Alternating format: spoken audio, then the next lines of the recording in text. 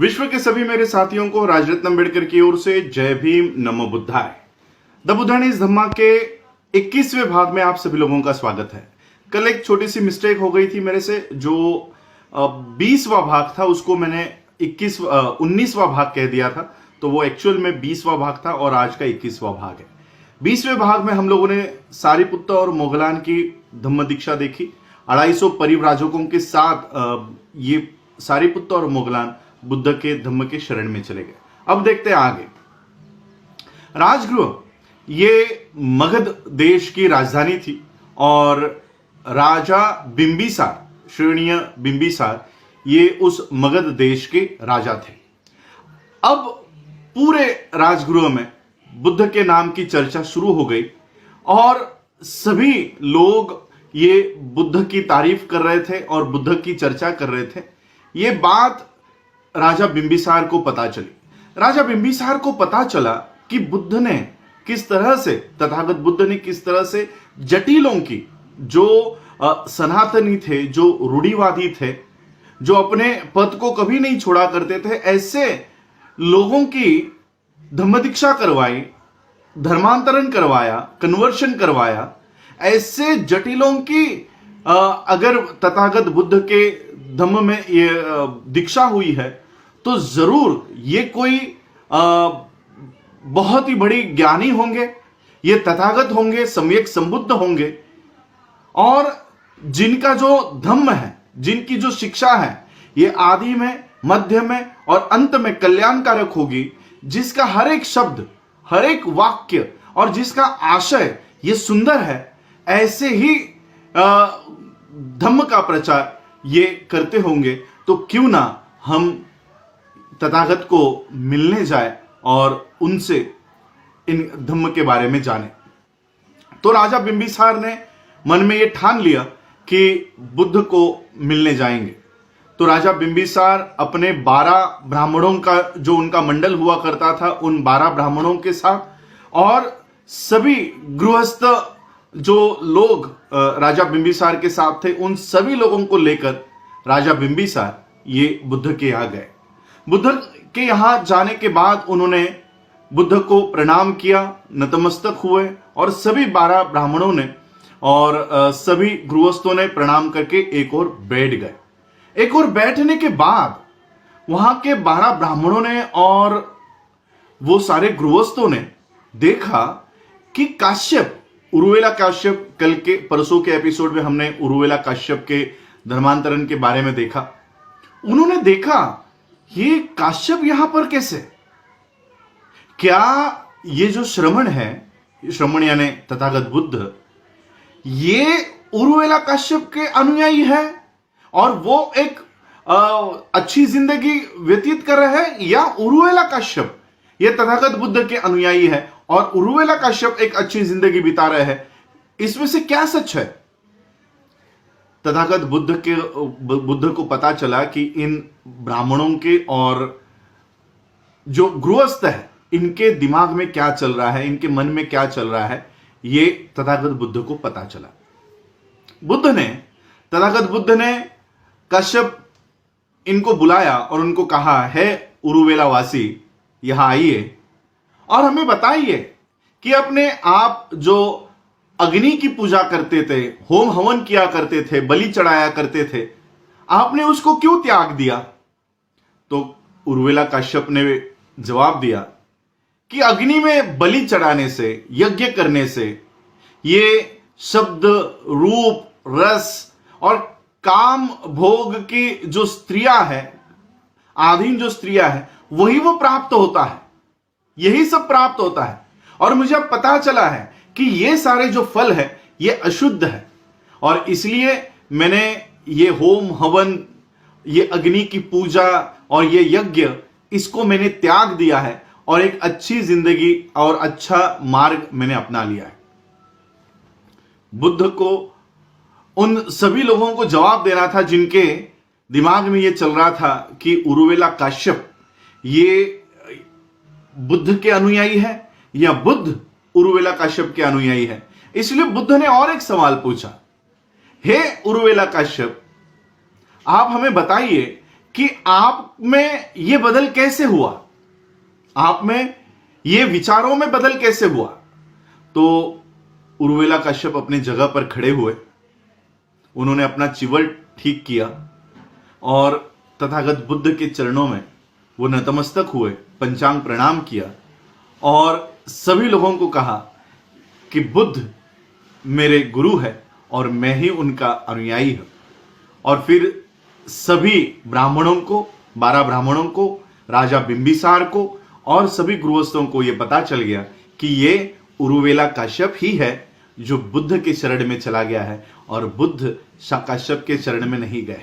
ये उनको सबको पता चल गया और फिर बुद्ध ने अपने सिद्धांतों की दीक्षा, धम्म की सारी सिद्धांत ये 12 ब्राह्मणों को, वो सभी गृहस्थों को और राजा बिंबिसार को सारा धम्म समझाया। जिस तरह से एक स्वच्छ कपड़े पर, जिस पर कोई दाग नहीं होता, किसी भी तरह का दाग किसी भी अगर किसी वस्त्र को नहीं होता, उस वस्त्र पर अगर रंग चढ़ाया जाए तो जिस तरह से वो वस्त्र उन रंगों को एब्जॉर्ब कर लेता है, अपने आप में समा लेता है, पक्का कर लेता है, उसी तरह से इन 12 ब्राह्मणों के और गृहस्थों के, हजारों गृहस्थों के और राजा बिंबिसार के मन में ये धम्म, ये पक्का घर कर गया। और फिर सभी लोगों ने वहीं पर 12 ब्राह्मणों ने और राजा बिंबिसार ने और गृहस्थों ने ये जाहिर किया वहां पर कि हम बुद्ध के धम्म की शरण में जाते हैं। राजा बिंबिसार ने कहा कि जब मैं राजपुत्र था तब मेरी 5 इच्छाएं थी। मेरी पहली इच्छा थी कि मेरा भी राज्याभिषेक हो और मैं भी राजा बनूं। ये मेरी पहली इच्छा थी, वो इच्छा मेरी पूरी हो गई। मेरी दूसरी इच्छा थी कि जब मैं राजा बनूं और मेरे राज्य में फिर एक कोई तथागत यहां पर आए, ये मेरी दूसरी इच्छा थी। मेरी तीसरी इच्छा थी कि उन तथागत का मैं आदर सत्कार करूं, उनका आदर तिथ्य करूं। ये मेरी तीसरी इच्छा थी, वो भी मेरी इच्छा अब पूरी हो गई है। मेरी चौथी इच्छा थी कि मैं उन तथागत से, उन सम्यक संबुद्ध से मैं उनके धम्म के सिद्धांतों को जानूं, उनको सुन सकूं। ये मेरी चौथी इच्छा थी। और मेरी 5वीं इच्छा थी कि मैं उस धम्म के शरण में चला जाऊं। ये मेरी 5वीं इच्छा थी। ये मेरी 5ों इच्छा अब पूरी हो चुकी है। हे तथागत, मुझे अब आपके धम्म में शरण दीजिए। और फिर तथागत बुद्ध ने राजा बिंबिसार को अपने धम्म की दीक्षा दी और वो आजीवन तथागत बुद्ध के धम्म के आजीवन वो इस तरह से लेप डिसिपल यानी गृहस्थ रहकर वो उपासक बने। एक उपासक के तौर पर वो तथागत बुद्ध के शिष्य बने। इस तरह से राजा बिंबिसार के ये धम्म दीक्षा हुई। इसमें से मैं कुछ पॉइंट्स आपको बताना चाहता हूं। कुछ लोग इंग्लिश बुक्स पढ़ते होंगे तो मैं उन लोगों को एक बात बताना चाहता हूं। इसमें जो 4th पैराग्राफ है जो मैंने अभी आप लोगों को इसमें बताया है, इसमें एक शब्द आता है, वो पूरी लाइन में पढ़ के बताना चाहता हूं। To have converted the most orthodox and the most obstinate जटिलास was no mean task. Truly so, said King Bimbisara, was no mean task. He must be the blessed, holy, absolute Buddha, proficient in knowledge and conduct, the wayfarer who understands the world, the highest one who guides men, the teacher of gods and men. यहां पर मैं आप लोगों को बताना चाहता हूं कि गॉड का मतलब क्या होता है, क्योंकि बहुत सारे लोग पढ़ते समय यह सोचेंगे कि बाबा साहब यहां पर लिख रहे कि भगवान, गॉड का मतलब हम लोग यही समझ लेते हैं कि भगवान।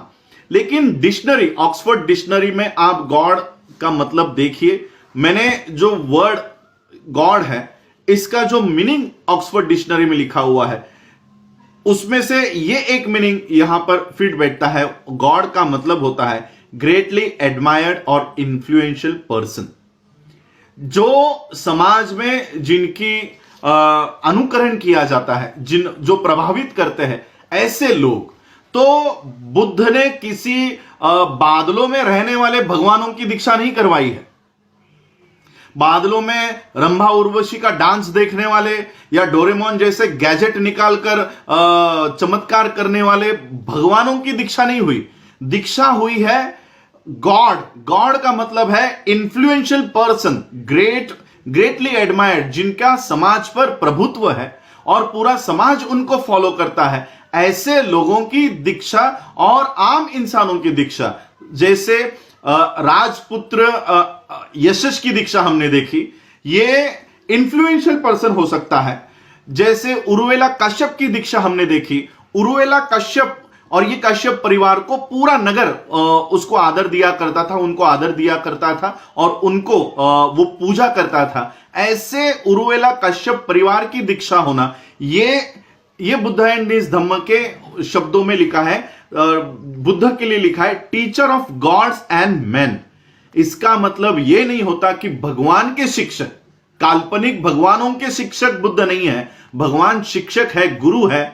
वो उन इन्फ्लुएंशियल और प्रभाव डालने वाले लोगों की जो समाज पर प्रभाव रखते हैं, ऐसे उच्च कोटि के लोगों की दीक्षा भी बुद्ध के धम्म में हुई और आम इंसानों की भी हुई। तो ये एक पॉइंट मैं आप लोगों को बताना चाह रहा था कि यहां पर बाबा साहब ने जो वर्ड लिखा है गॉड, गॉड का मतलब भगवान, काल्पनिक भगवान नहीं है। तो गॉड का मतलब है इन्फ्लुएंशियल पर्सन, जिसका समाज को जो लोग प्रभावित करते हैं, ऐसे लोगों की दीक्षा बुद्ध के धम्म में भी हुई। और यही एक पॉइंट मैं आप लोगों को समझाना चाहता था। जिस तरह से हमने नाग का विश्लेषण किया कि नाग यानी कौन है, तो नाग एक कम्युनिटी थी जो बुद्ध का रक्षण किया करती थी। सभी तरह का जब बुद्ध मेडिटेशन में, ध्यान साधना में हुआ करते थे, तब उनकी रक्षा करने का काम ये नाग राजा किया करते थे। नाग इनसे बुद्ध की अच्छी दोस्ती थी। तो नाग का मतलब सांप नहीं होता, नाग इंसान है, इंसान थे और आज भी उनके वंशज भारत में पाए जाते हैं। तो उन्हें नाग वंशीय लोग कहते हैं। तो नाग के बारे में देखा और गॉड के बारे में भी हमने देखा। गॉड का मतलब काल्पनिक भगवान नहीं, गॉड का मतलब है इन्फ्लुएंशियल पर्सन। तो ये बुद्ध एंड हिज धम्मा का आज हमने बिंबिसार, राजा बिंबिसार की हम लोगों ने ये बौद्ध धम्म की दीक्षा देखी कि राजा बिंबिसार ये खुद बुद्ध के शरण में चले गए। इस तरह से हमने आज का एपिसोड देखा। आने वाले एपिसोड्स में आप लोग और कुछ हम लोग कन्वर्शंस देखेंगे और फिर धम्म को और डिटेल में जानेंगे। आज आप लोगों ने मुझे सुना, उसके लिए आभार, धन्यवाद। जय भीम, जय भारत, जय बुद्ध।